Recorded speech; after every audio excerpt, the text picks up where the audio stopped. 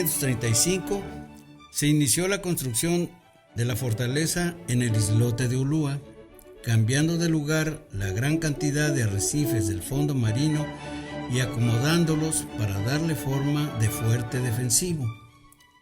Para 1568, en otro septiembre de mal agüero, el 23, San Juan de Ulúa fue el escenario de la defensa de Veracruz contra el ataque de los piratas ingleses Francis Drake y John Hawkins. Los piratas que atacaron San Juan de Ulúa perdieron la batalla, pero no perdieron todo. En los juicios que se enderezaron contra ellos, por ejemplo, a Hawkins se le llamó Juan Jácome aquí en México, o Juan Aquines en Canarias. Es muy posible que los Jácome que conocemos ahora tengan alguna descendencia de aquel pirata que atentó contra San Juan de Ulúa. Antes de llegar a ser museo, el fuerte de Ulúa pasó por ser un asqueroso presidio. Ahí purgaron condena personajes como Fray Servando Teresa de Mier, Benito Juárez, Chucho el Roto y la Mulata de Córdoba. La segunda fortificación en Veracruz fue el fuerte de San Carlos de Perote, terminado en 1777, escenario histórico donde se dieron sucesos memorables como la muerte del primer presidente de la República, Guadalupe Victoria, en 1843, y el confinamiento precautorio de alemanes, italianos y japoneses a finales de la Segunda Guerra Mundial. Amurallada y bien defendida, la ciudad de Veracruz se convirtió en el puerto más importante de México. Los veracruzanos creemos que lo sigue siendo. La traza urbanística de la ciudad recuerda al viajero a la de La Habana y a la de Cádiz. Veracruz tiene un importante lugar en la historia de los movimientos sociales que le han dado rumbo a la nación. Conquista, coloniaje, independencia, reforma, revolución.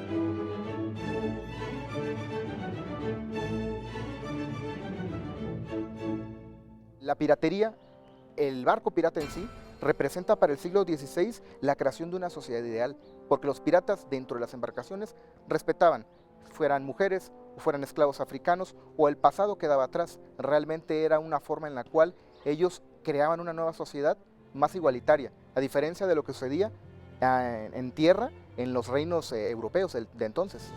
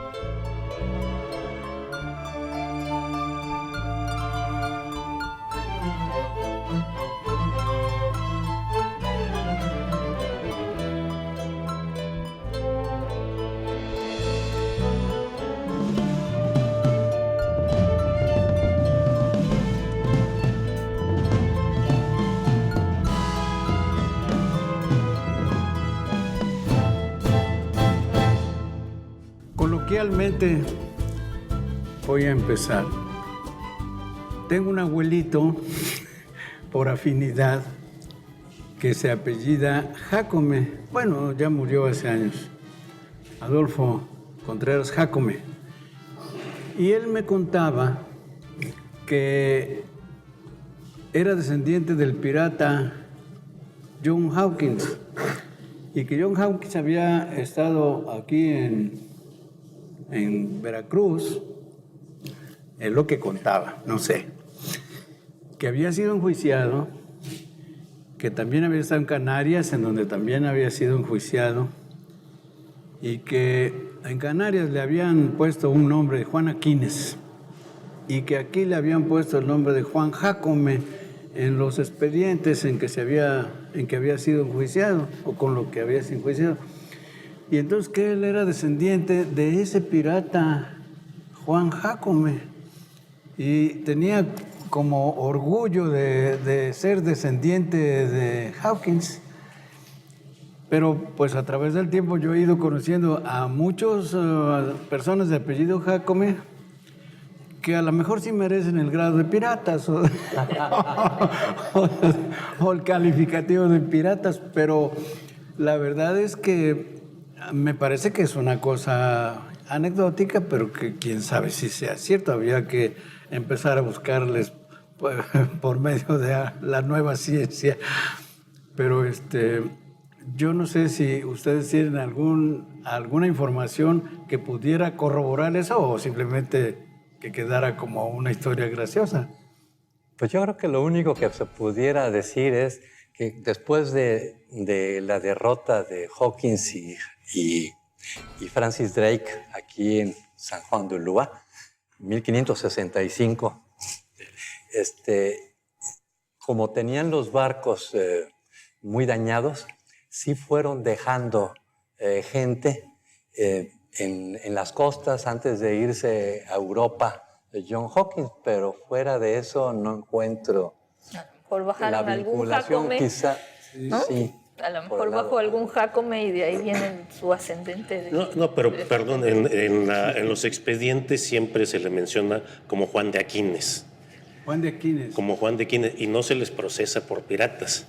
O sea, los que dejan una parte en Pánuco se les procesa por ser protestantes. Claro, la Santa Inquisición es quien los procesaba. Sí. Sí, adelante. Pero quizá yo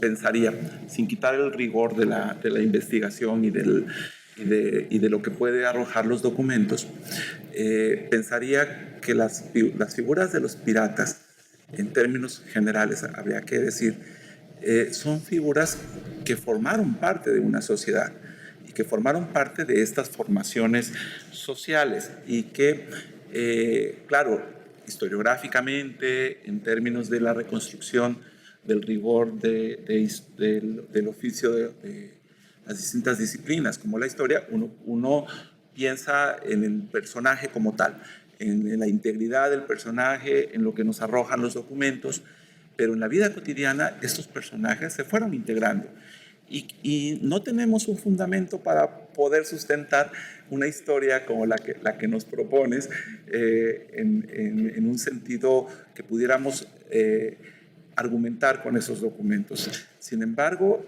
esa integración que tuvieron esas figuras en la vida cotidiana pudo haber tenido esas derivaciones de distintas maneras, solo que no tenemos cómo rastrearla, y lo que tenemos es lo que nos arrojan los documentos, la forma en la que se registraron en los documentos. Pero quizá una de las cosas que tiene pensar en el proceso de la piratería, reflexionar sobre ella, es pensarlos como más amplios, ¿no? Pensarlos más allá del personaje y tratar de ver que ellos, estas figuras, sí se integraron a un proceso complejo, social, cultural, que derivó en lo que ha derivado en las historias de piratas, ¿no? Y su trayectoria hoy día, ¿no? Sí, bueno, de hecho yo quiero abundar sobre esto. Efectivamente, en la memoria histórica todavía se nos cuentan esas historias de piratas. Todavía vamos a Pajapan, por ejemplo, o a Mecayapan. Mecayapan dice que ellos salieron del estado de Tabasco por los ataques de los piratas. Lo mismo dice Sayula y Acayucan. Y si vemos los expedientes, efectivamente, Los piratas atacaron toda la costa del Golfo y muchos pueblos tuvieron que mudarse de vivir sobre los ríos y sobre la costa a tierra adentro. Eso pasa efectivamente con Mecayapan y todavía la tradición oral lo consigna. En Minzapan hubo 3 o 4 pueblos que se llamaron Minzapan y ellos dicen que se tuvieron que mudar porque se los llevaban como esclavos. Y si vamos a los expedientes, efectivamente, en 1672 hubo un ataque de piratas y se llevaron a 100 indígenas como esclavos para venderlos en Jamaica. Entonces, sí quedó en la memoria colectiva. Aunque creo que aquí valdría la pena también hacer una definición respecto a qué es piratas y los corsarios, porque lo que nosotros conocemos más y tuvo más impacto fue las historias de corsarios que tenían, evidentemente eran marinos más formados, con una formación militar, que tenían patente de corso de algún rey, y yo hasta me atrevería a decir que ya formaban, no eran bandoleros como el pirata o el bucanero tradicional, que es simpático como en la película de los Piratas del Caribe los muestran, ¿no? Sino eran parte de esta guerra informal, de guerra de guerrillas que traían los otros países enemigos de la corona española, principalmente Francia e Inglaterra, que incluso tomaron muchos marinos holandeses, yo diría que hasta resentidos. Entre ellos puede ser el caso de Lorenz de Graaf o Lorencillo, que era flamenco en la época en que Flandes, que es lo que hoy constituye Holanda y Bélgica, parte de la parte católica de estos dos países, pues en esa época él era parte de una colonia. Y entonces todo creo que también vale la pena decirlo, tiene ese lugar en la historia de esa guerra no declarada abiertamente, pero que sin embargo funcionó para hostigar a la corona española, que en ese momento era el país líder en el mundo occidental, y poder pues desgastarlo. Todas esas escaramuzas, yo diría que las historias de corsarios son historias de escaramuzas, porque pagaban también su tributo, lo que ellos tomaban de las colonias españolas, pues también una parte llegaba al rey, ¿no? O sea, pagaban su impuesto, o sea, eran socios de la corona. Entonces yo diría que vale la pena también destacar esta dualidad que a veces en la cultura popular se mezcla como si fueran parte de lo mismo. La corona española lo que trató de buscar fue acuerdos con ciertos tipos de grupos de piratas, ¿no? Hasta hacer una especie de acuerdos que eran esos tratados de parte del rey con los piratas, en donde al pirata secretamente se le transforma en corsario. Se le da una inmunidad, se le da un papelito en donde dice por orden del rey, ¿no? Por orden de los ministros del rey, ¿no? Entonces, esto hace una redimensiona el papel del pirata porque lo quita de ser un vil filibustero, un vil ladrón, ¿no? Y ahora tiene un papel pues casi oficial, ¿no? Un papel que sirve para los gobiernos de aquella época, ¿no? Pero no solamente de España, también los ingleses tienen corsarios, los franceses, ¿no? Los holandeses, los italianos. Sí, de hecho, un investigador del Lina que ya no está con nosotros, Pablo Montero, sí, escribe un libro muy documentado, Imperios y Piratas, donde nos hace ver esto. La piratería es la guerra por otros medios de las grandes potencias. O sea, fue un patrocinio, un enfrentamiento entre de las grandes potencias. No podemos pensar en los corsarios sin la patente de corso que les extendían la nobleza europea de aquellos tiempos.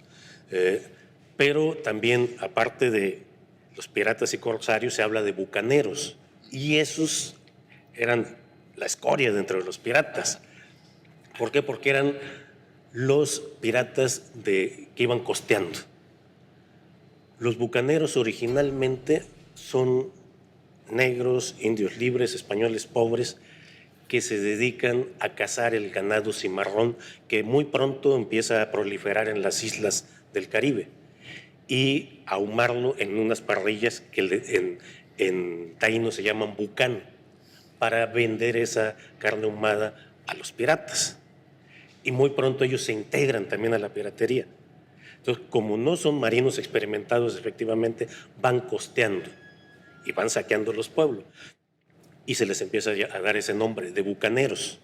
Entonces vamos a encontrar esos ataques bucaneros en la costa muy tempranamente también.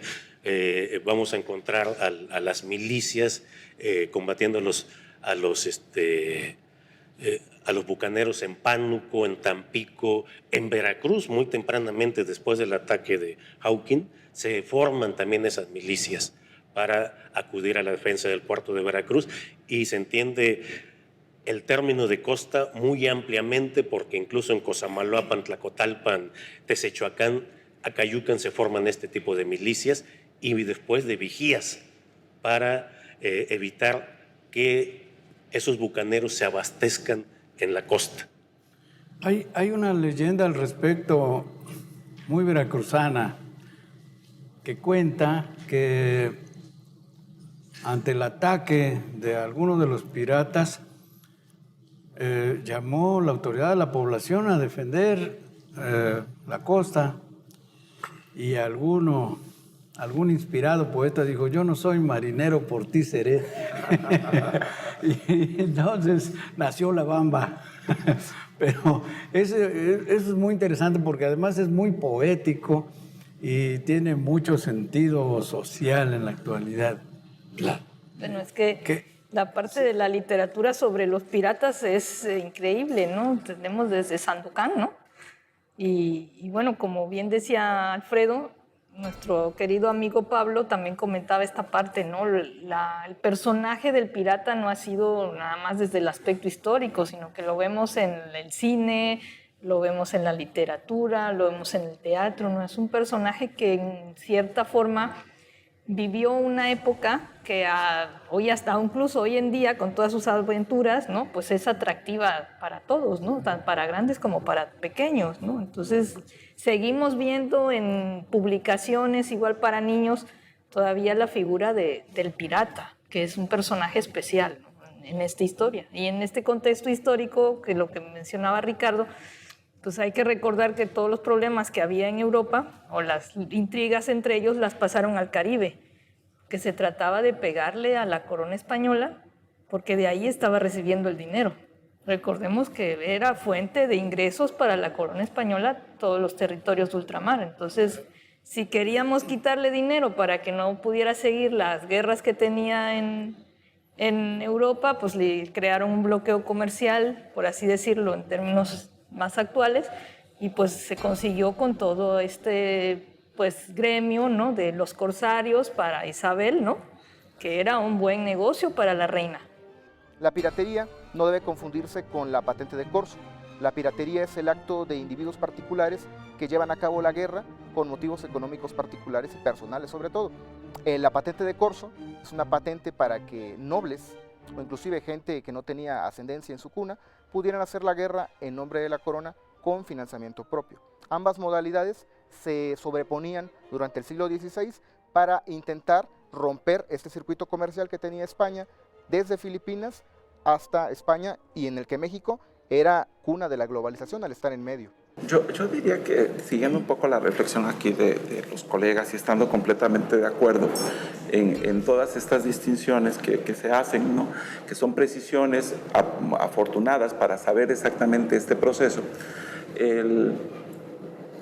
pensaría en un primer momento que el ámbito económico naval que tenemos, de comunicaciones navieras que tenemos en la región del Golfo de México, el Caribe, el mundo atlántico, es real, o sea, en principio es real. Ahí tenemos un gran proceso económico, de comunicación, de intereses que tenemos en este gran espacio, y de competencias, ¿no? de distintos actores que lo surcaron. Y ante ese problema real tenemos otro problema real, que son estas amenazas que están allí en este contexto complejo que habla Sara. Y que dentro de este otro personaje real, que es la amenaza, están todas estos procesos específicos del pirata, el bucanero, los corsarios que están allí, que tienen esas distinciones.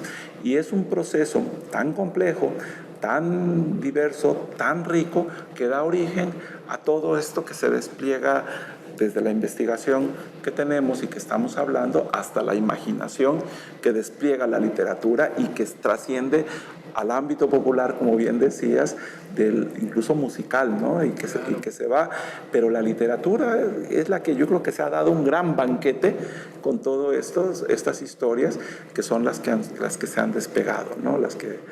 Incluso aquí valdría la pena mencionar la dimensión de esto en el caso de los corsarios, es que Francis Drake y John Hawkins, que eran familiares según he leído, que atacaron aquí, más bien se guarecieron en San Juan de Ulúa en 1565, en lo que la parte incipiente del muro de las argollas que ya existía, porque habían recibido pues, muchos daños de una tormenta, y fueron derrotados por el virrey Enríquez de Almanza, aquí que él sí los atacó.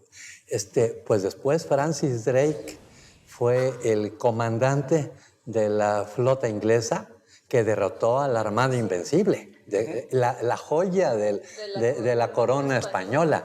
Y ese odio pues nació de esta derrota de acá, seguramente, porque él tenía gran odio.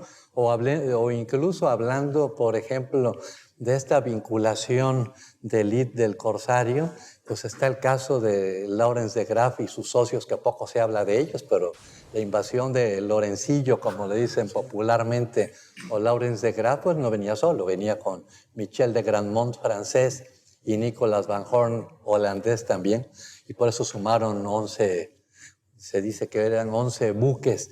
Pero aquí me iba a centrar en la figura de Michel de Grandmont para dimensionar qué eran los corsarios. Era hijo de un oficial de alto rango de la guardia personal del rey Luis XIV de Francia, y con 14 años de edad retó a duelo a un enamorado de su hermana, lo mata, y como era miembro de la realeza, aunque fuera una realeza muy baja, su padre era militar, pues en lugar de meterlo en la cárcel, lo mandan de grumete a la Armada francesa, y de ahí se hace corsario, pero era alguien que después lo nombraron, que no le tocó tomar el cargo, vicegobernador, creo que de la isla de la Española. Y el caso del mismo Lawrence de Graff, que después de todo lo que hizo, el rey le confiere títulos de nobleza, y termina siendo de los fundadores de Mobile en Alabama y Biloxi en Luisiana, la parte francesa de origen, que es parte hoy de Estados Unidos, y murió como un gran potentado terrateniente con títulos de nobleza. Y eso nos habla de que esto de la piratería, los corsarios, es todo un movimiento que se dio, sí, pero de diferentes perspectivas y al grado y muchas confusiones, porque hay una que le quiero comentar, doctor, el caso de Lorenzo Jácome, que era uno de los nombres que originalmente había duda de que fuera Lawrence de Graff. Lorenzo Jácome era un pirata, es decir, pirata de la Chontalpa tabasqueña, que asoló la zona de Tabasco y Veracruz, y de ahí viene la confusión, porque él pues era pirata, y yo creo que el nombre de Lorenzo Jácome y Lorencillo daba aunque Lorencillo en realidad es Lawrence de Graff. Y el caso es que él, vivió en 1753, que fue cuando lo castigaron y era esclavo, se portó mal, algo habrá hecho, y lo dieron por muerto y se integró a los piratas. Entonces estamos hablando de estos movimientos tan diferentes, ¿no? la piratería que podríamos, igual que los bucaneros, que podríamos ejemplificarla como de bajo nivel, o sea, bandoleros, y los corsarios, que eran parte ya de esta élite, que es la que realmente llega al cine, ¿no? O sea, es como todo, eran gente, como mencioné ahorita en el caso de Michel de Grandmont, gente con estudios, es más, el mismo caso de Lawrence de Graaf, su biografía habla de que traía una orquesta en el barco. Y esto nos remite a una sensibilidad y una cultura, ¿no? O sea, debe haber sido evidentemente en barcos que no podían traer más de 100 marinos, pues seguramente era una pequeña orquesta de cámara, pero nos habla de refinamiento, nos habla del gusto por la buena vida y nos habla de eso, ¿no? De una élite. Entonces son estos fenómenos que van desde lo popular de los piratas hasta la parte formal, ¿no? De los marinos.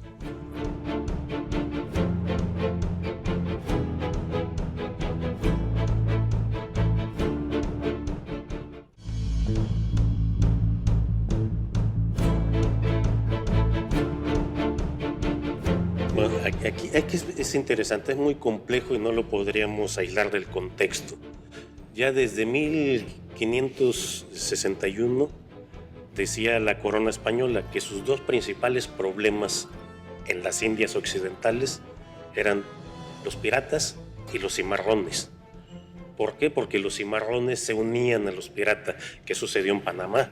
El saqueo de Panamá fue porque los cimarrones se les unen y como conocedores de los caminos los llevan a Panamá. Saben dónde están los almacenes, saben dónde sus amos, antiguos amos escondían el oro, y entonces eso fue lo que sucede en Veracruz.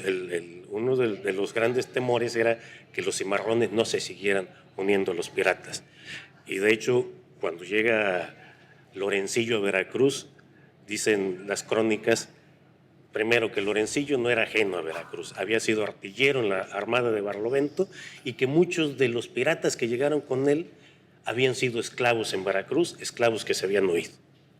Entonces, conocían todo el movimiento por dónde entrar. Bueno, no entraron como siempre esperaban, un ataque frontal.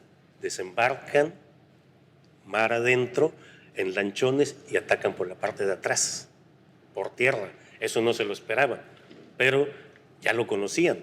Pero hay otras historias también atrás. O sea, a las autoridades del puerto de Veracruz en ese momento las enjuiciaron porque había evidencias de que ese ataque fue concertado entre ambas partes, porque llegaba la Armada de Barlovento, llegaba el virrey y se pensaba que iba a ser una auditoría y había un fraude colosal en las finanzas. Ya desde entonces. Y lo que comentabas de la arquitectura, pues sí, uno de los motivos por los que se construyen las fortificaciones es por eso, para defenderse de los piratas, ¿no? Aparte de, tener un puerto seguro y tal, pero si ves, la mayoría de las poblaciones españolas, sus ciudades son de costa en un principio y casi todas tienen una arquitectura militar para su defensa, porque hay que recordar que Felipe II es quien crea este sistema defensivo, ¿no? En ese contexto histórico en el que estaba, que su principal dolor de cabeza, por así decirlo, era pues Isabel, ¿no? Que le llevaba la contraria. Entonces, había que pegarle a Felipe II o mantenerlo a raya, ¿no? Para que no tuviera los recursos, pero él crea todo este sistema defensivo que es todo el Caribe, y nosotros estamos en el Golfo de México, no estamos precisamente en el Caribe, pero formamos parte de ese sistema defensivo de la costa. Y yo siempre he dicho que Veracruz tiene dos obras de defensa emblemáticas, ¿no? Por un lado San Juan de Ulúa y por otro lado San Carlos de Perote, que es la retaguardia de San Juan de Ulúa, porque como bien decían, si Ulúa cae en manos de los ingleses, que en ese momento eran los enemigos de la corona, pues ¿cómo la rescatamos? Tiene que ser por tierra, ¿no? Entonces, pues se comprueba que en algún momento pues Ulúa puede caer, aunque cuando llega John Hawkins y Francis Drake pues no tenemos la Villarrica de la Veracruz, donde está ahora, ¿no?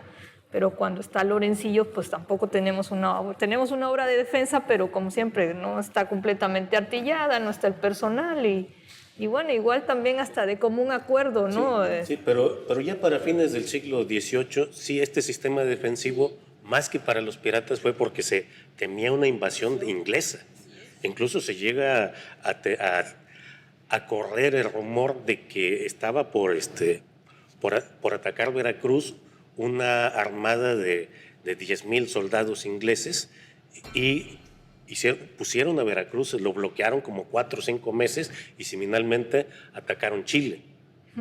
Y cuando toman los ingleses La Habana, ¿no? En 1762, que es inexpugnable, salta la alerta en la Nueva España, pues dicen, están tan cerca que si toman Veracruz, ¿cómo lo vamos a defender? Bueno, incluso se planteó llevar Veracruz a Jalapa. Llegó la orden para desalojar Veracruz y desalojar San Juan de Ulúa.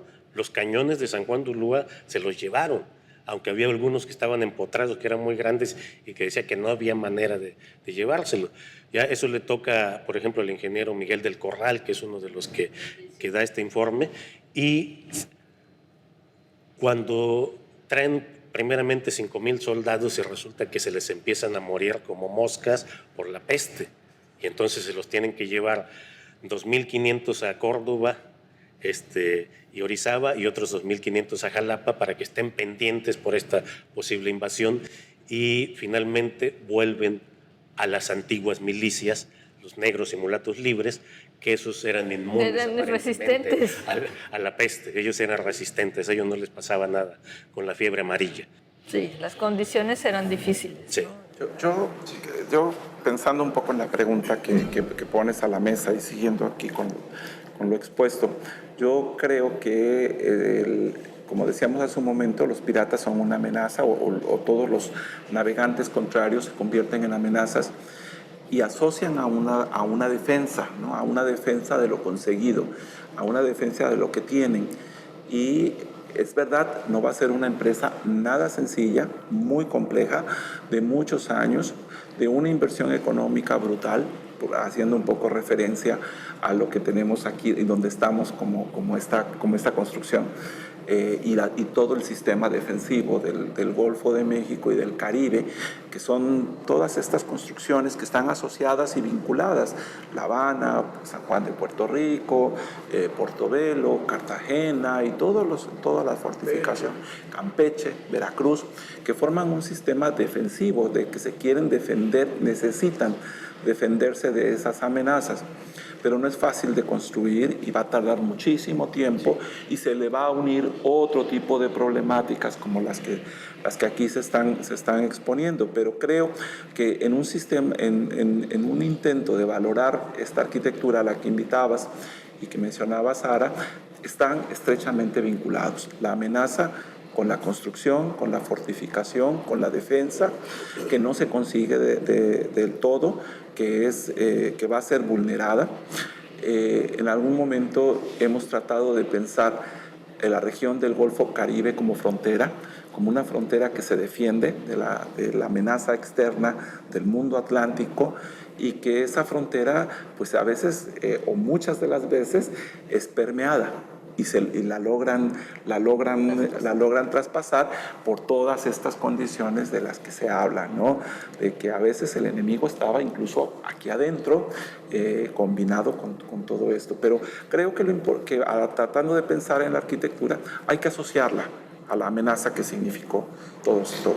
Fue hasta después de la invasión de Lorencillo o Lawrence de Graff en 1683, en que cuando viene el virrey en julio, esto fue en mayo de 1683, el virrey llega en julio a ver los daños y pues entonces autoriza que se le edifique la muralla que tuvo la ciudad de Veracruz, que hoy ya desapareció a fines del siglo XIX para poder crear el puerto y también por razones de salubridad que existían en la región. Pero la ciudad estuvo amurallada y fue después de que estuvo Lorencillo, después del saqueo de Lorencillo y Grandmont y Van Horn, que se autoriza y todavía queda, simplemente para los turistas que quieran venir a ver, queda el Baluarte Santiago, que es la última, una de los 9 o 7, corríjanme por favor, sí, baluartes que estaban en la muralla. Pero después, igual, cuando Lorencillo, y ya nada más con Grandmont, porque Van Horn ya había fallecido en un duelo que tuvieron Lorencillo y él, aquí en Veracruz, y murió de gangrena, pues también ataca Campeche en 1685, y después de eso el virrey también autoriza la edificación de la muralla, que todavía en la ciudad de Campeche tiene. Entonces se fueron amurallando, sí, crear fortalezas y protegiendo las ciudades para que pues no fueran vulneradas tan fácilmente. Quizá como algo disuasivo, ¿no? Pero fue un proceso paulatino, porque claro, primero, en 1561, después de que se ataca Campeche, se saquean los piratas Campeche, el virrey ordena, más bien el rey de España ordena que ya las naves no naveguen solas, sino en flota. Claro. Entonces, por eso llega la primera flota en 1565. Pero resulta que coincide justamente con el ataque de Hawking, y entonces ordena que se establezca la Armada de Barlovento, pero se hace muchos años después. ¿Por qué? Porque los piratas no cesaban. La Armada de Barlovento se establece hasta 1640 y se organizan las milicias de pardos y morenos libres.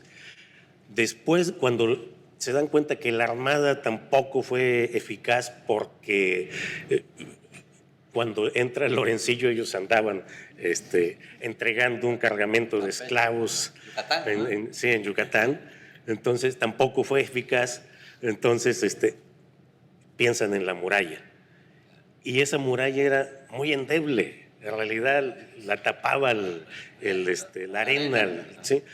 Entonces fue un proceso hasta que finalmente ya se quitan el sistema de puertos únicos, que eso le quita mucho de su atractivo a la piratería, porque mucho de la piratería era el contrabando, no nada más era el saqueo. Entonces ya no hay sistema de puertos únicos, se establecen el libre comercio, y después incluso se prohíbe la trata de esclavos.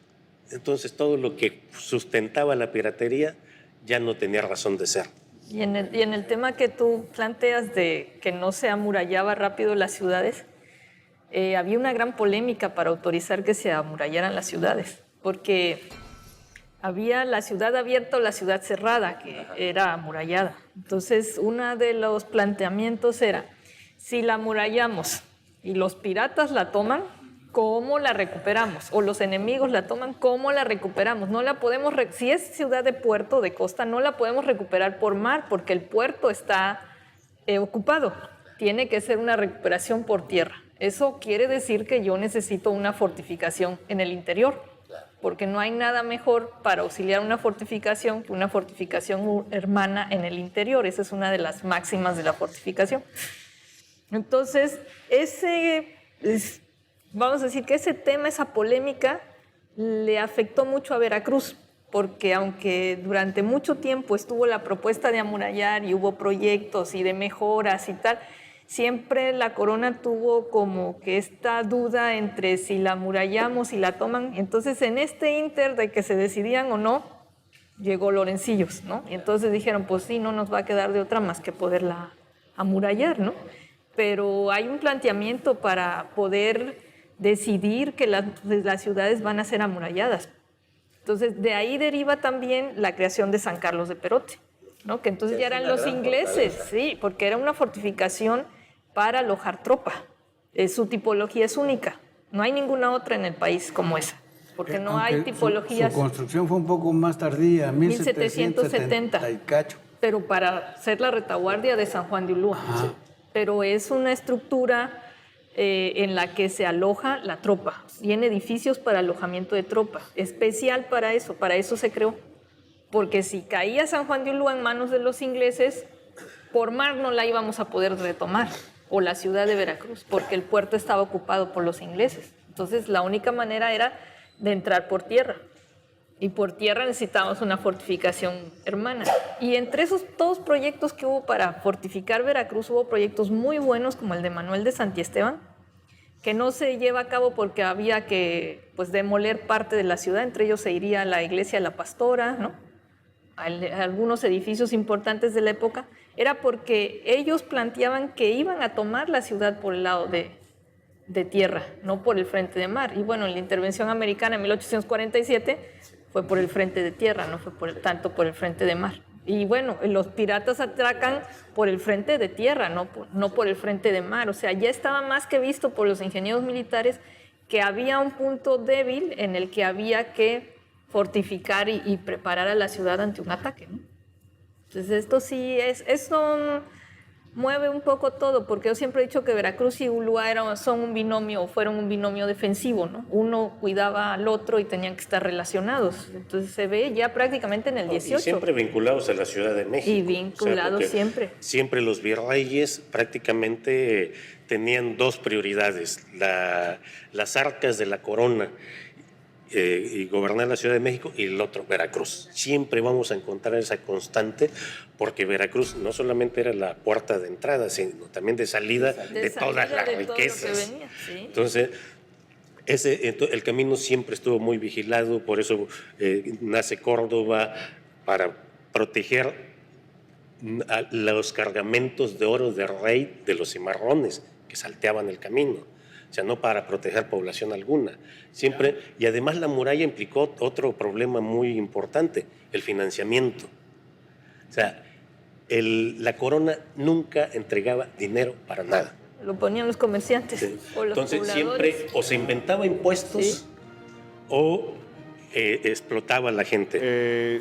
Los mismos pobladores, al ver que la España no daba recursos para la muralla, construyen algunos baluartes. En total fueron 7, después de los 2 que ya llevaban construidos, totalmente en sumas fueron 9. Tenían nombres propios como Francisco López, ¿no? El nombre que había financiado la obra, de tal manera que esto hace que la ciudad se amuralle con un lienzo de muro bajo. Como se imaginarán, pues un sistema arrecifal tan complejo como el que tenemos enfrente genera una cantidad de dunas, y eso hace que cada viento del noreste, se plantee una ocupación fuerte de dunas en la ciudad, y muchas veces las dunas eran más altas que la muralla, de tal manera, incluso señalan que se podía subir, el caballo podía pasar la muralla a través de las dunas, ¿no? Había un frente de tierra y había un frente de mar, ¿no? El frente de mar era del baluarte de Santiago de la Concepción, y de la muralla de tierra pasaba por el de San Juan, Gertrudis, Matías, entre otros baluartes que existían. Todos los negros, mulatos y españoles pobres, libres, que cometían algún delito, todos los condenaban a trabajos forzados en la muralla.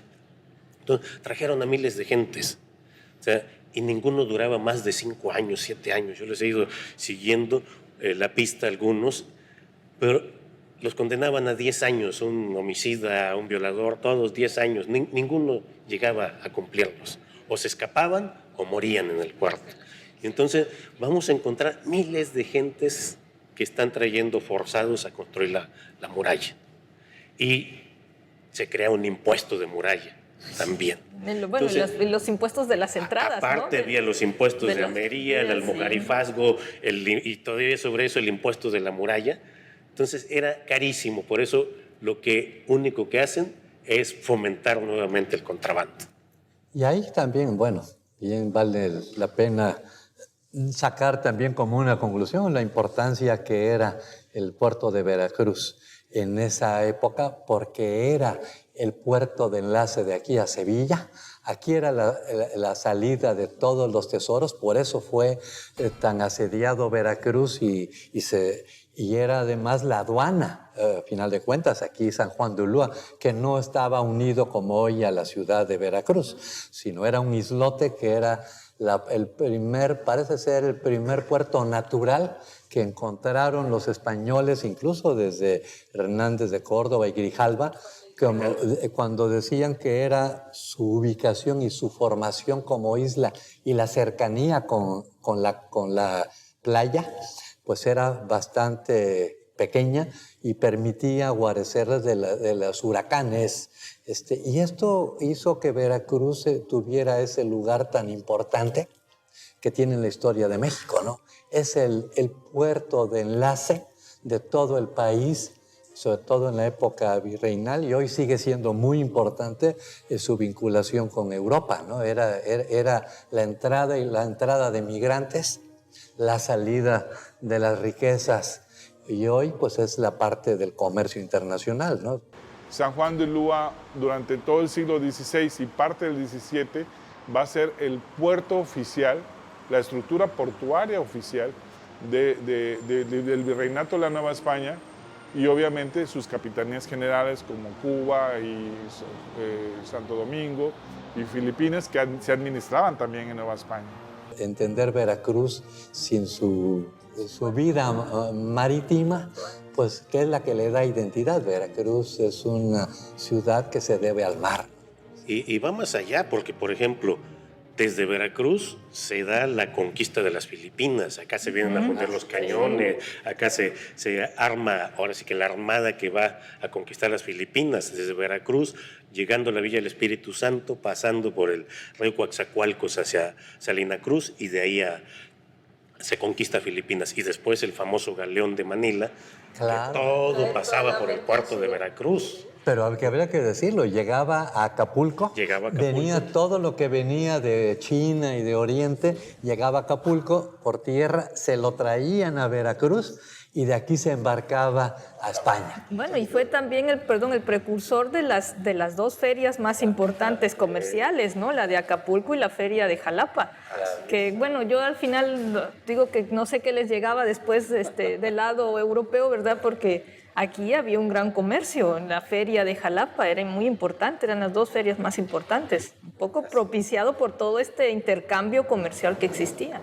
Yo creo que podríamos decir que Veracruz se constituye en la puerta de mar del virreinato. Es la puerta de entrada y de salida.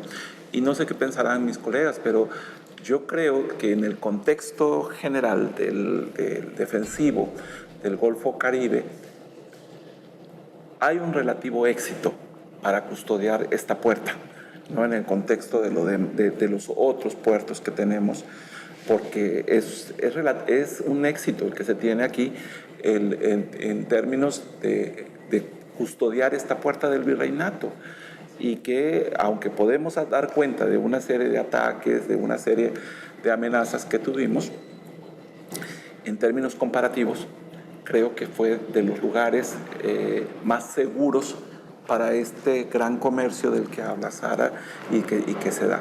En términos relativos, pues, a otros escenarios, ¿no? Y esa puerta es exitosa. Sí, y aparte, bueno, por algo, incluso la historia de México formalmente inicia aquí con el primer ayuntamiento, y vale la pena decirlo, no de América.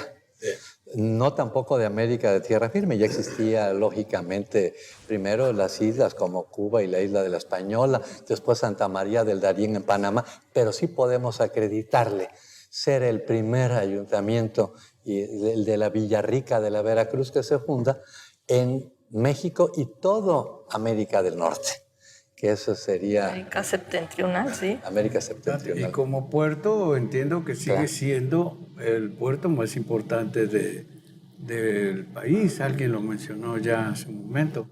Incluso con el Puerto Nuevo, sí, que es varias veces mayor que el que está actualmente y que ya empezó a operar, sí, se fortalece el comercio con Europa.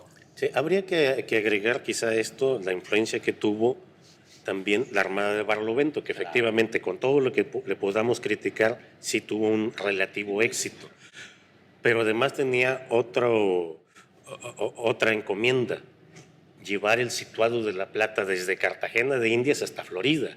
Todas las guarniciones militares que había, cada año tenían que llevar, no les pagaban en todo el año las guarniciones. Entonces llegaba la Armada de Barlovento a pagar cada una, y con el dinero se hacían ferias, y con el dinero se llevaban muchas costumbres, y eso es lo que va creando toda una cultura popular que García de León define como el Caribe afroandaluz.